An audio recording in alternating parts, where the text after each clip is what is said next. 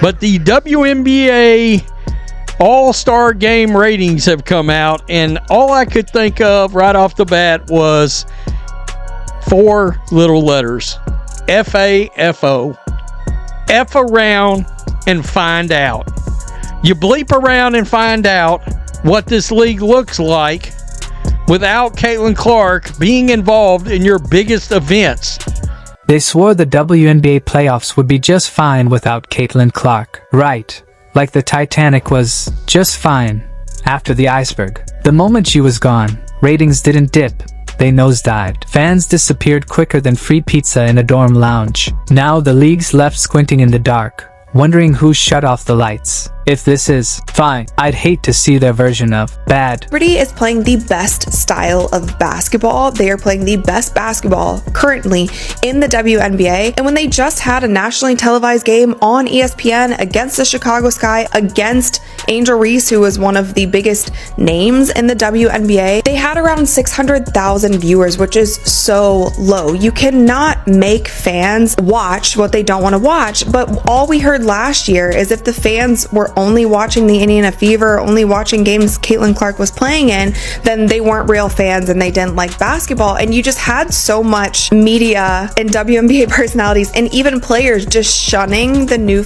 Right now, the WNBA feels like it's stuck in demo mode, like someone pressed the button on accident and walked away. These are supposed to be primetime, high-stakes playoff games, yet the energy is about as thrilling as watching beige paint dry in dim lighting. Why? Because in the span of a few weeks, the league's star power has practically evaporated. Fever Sky tickets dropped 71% on TickPick after Caitlin Clark injury.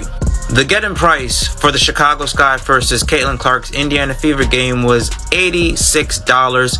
After Caitlin Clark's injury announcement is now down to $25. And you Angel Reese fangirls will still believe and think that Angel Reese is the reason why people are watching the WNBA. Since y'all want to make it about race, this white girl over here is the reason why fans are tuning in to watch the WNBA. First, Caitlin Clark, the golden ticket, the walking headline, the reason half of America even remembered the WNBA existed, is out. Not just having an off night or sitting a game, but gone with an injury that booted her from the playoffs. She was the one player who could turn a game into an event, and when she went down, so did about 70% of the TV audience.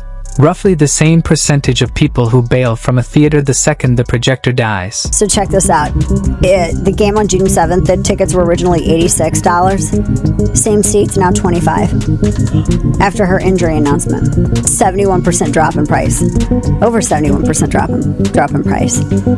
Because she's not going to be in the game. Then Angel Reese, the court's drama queen and social media's engagement machine, disappeared too. Injured, out, gone. It's almost like the league stars made a secret pact to see just how dull things could get if they all took vacation at the exact same time. You see, this is exactly what we were talking about. WNBA All-Star ratings are in for 2025 and it is down 40%. 40% from last year. That's bad. That is really bad. We already watched the ticket prices drop by more than 50% because Caitlin Clark was not playing. This is bad news for the WNBA. And as if the basketball gods were doing a roast, Sydney Colson? Gone. Ari McDonald? Gone. And for the cherry on top of this train wreck Sunday, Lexi Hull just went down too. And that one wasn't even bad luck. It was referee-assisted sabotage. The officiating has been so shaky lately that in any other job, HR would have already walked them out with a cardboard box. Hull's injury felt less like an accident and more like the league equivalent of a waiter dumping soup in your lap, then charging you for the refill. If you consult the graph that I've just posted here, you'll see that nobody is watching the WNBA. That's the reason why the WNBA isn't making... Oh, sorry, I missed a few of them. So this is the reason why the WNBA isn't making any money, and they're not getting paid. It gets worse. These injuries aren't just bad, they're catastrophic. At this point, every game feels less like a playoff battle and more like a survival contest. Who can make it to the final buzzer without shredding a ligament? And the replacements? They're not exactly keeping anyone glued to the screen. Stack them up against a live feed of grass growing and the ratings race would be neck and neck. The audience didn't decline. It evaporated. Empty seats, hollow arenas, vibes so flat you can hear the basketball echo off the rafters. This is supposed to be sports entertainment, but the entertainment just got yanked out like a cheap battery from a dollar store remote. Right now, the WNBA is basically trying to sell front row tickets to a concert after firing the headliner and handing the mic to the sound guy humming off-key. Given Clark's unprecedented star power, her being confined to the Fever's Gainbridge Fieldhouse sidelines was always going to impact ratings, and she was actually there. It was her team. And the fans sent a clear message. The officiating. Oh, don't even get me started. Refs this season have been calling games like they skimmed the Wikipedia page for basketball 5 minutes before tip-off. Half the whistles leave everyone, including the refs themselves, confused. The other half? Dangerous plays get waved off like nothing happened. And then people act surprised when players end up injured.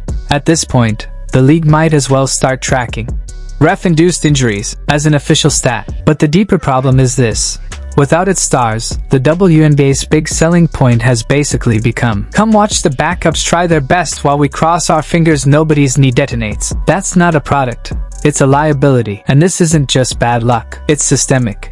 When your entire business model leans so heavily on a handful of players, you're one twisted ankle away from disaster. The league has been milking Clark, Reese, and a couple of others so hard for ratings that once they vanished, the whole operation collapsed like a tent with no poles. Person who really should get all the blame is Kathy Engelberg.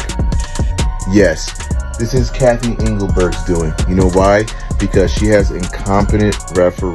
What's left now are games that feel more like preseason scrimmages awkwardly stretched across national broadcasts. Fans tune in expecting fireworks and instead get sparklers in a windstorm. The WNBA at this moment is like going to Disneyland only to find Space Mountain shut down, Mickey Mouse calling in sick, and the show stand out of sugar. Brutal.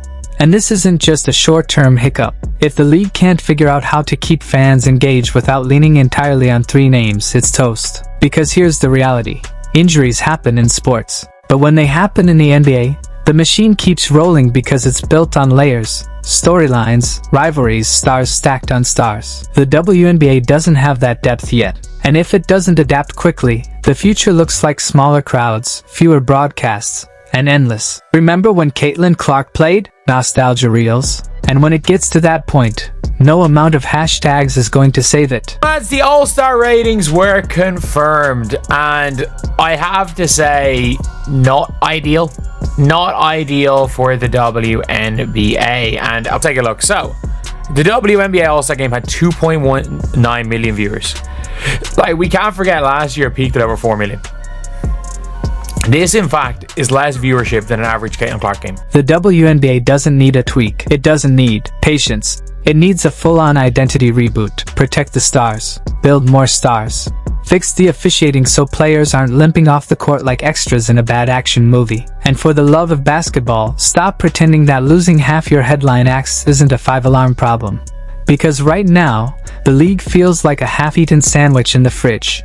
Technically still there, but nobody's excited about it. The product isn't running on competitive fire anymore. It's running on something closer to lukewarm tap water poured into a Gatorade bottle. With the marquee names gone, these games have slipped into a strange limbo where you honestly can't tell if you're watching a playoff matchup or a Tuesday night YMCA scrimmage.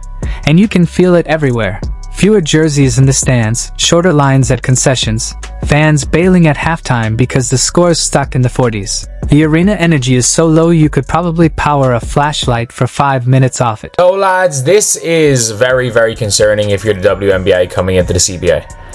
It is the worst possible thing that can happen. It is the ratings coming out. It is the worst possible thing because you cannot work on the assumption anymore that the league's TV deal is going up. You cannot work on that assumption because the ratings are down over 50%. Fever games are down 53% with Clark out, and it's only national televised games.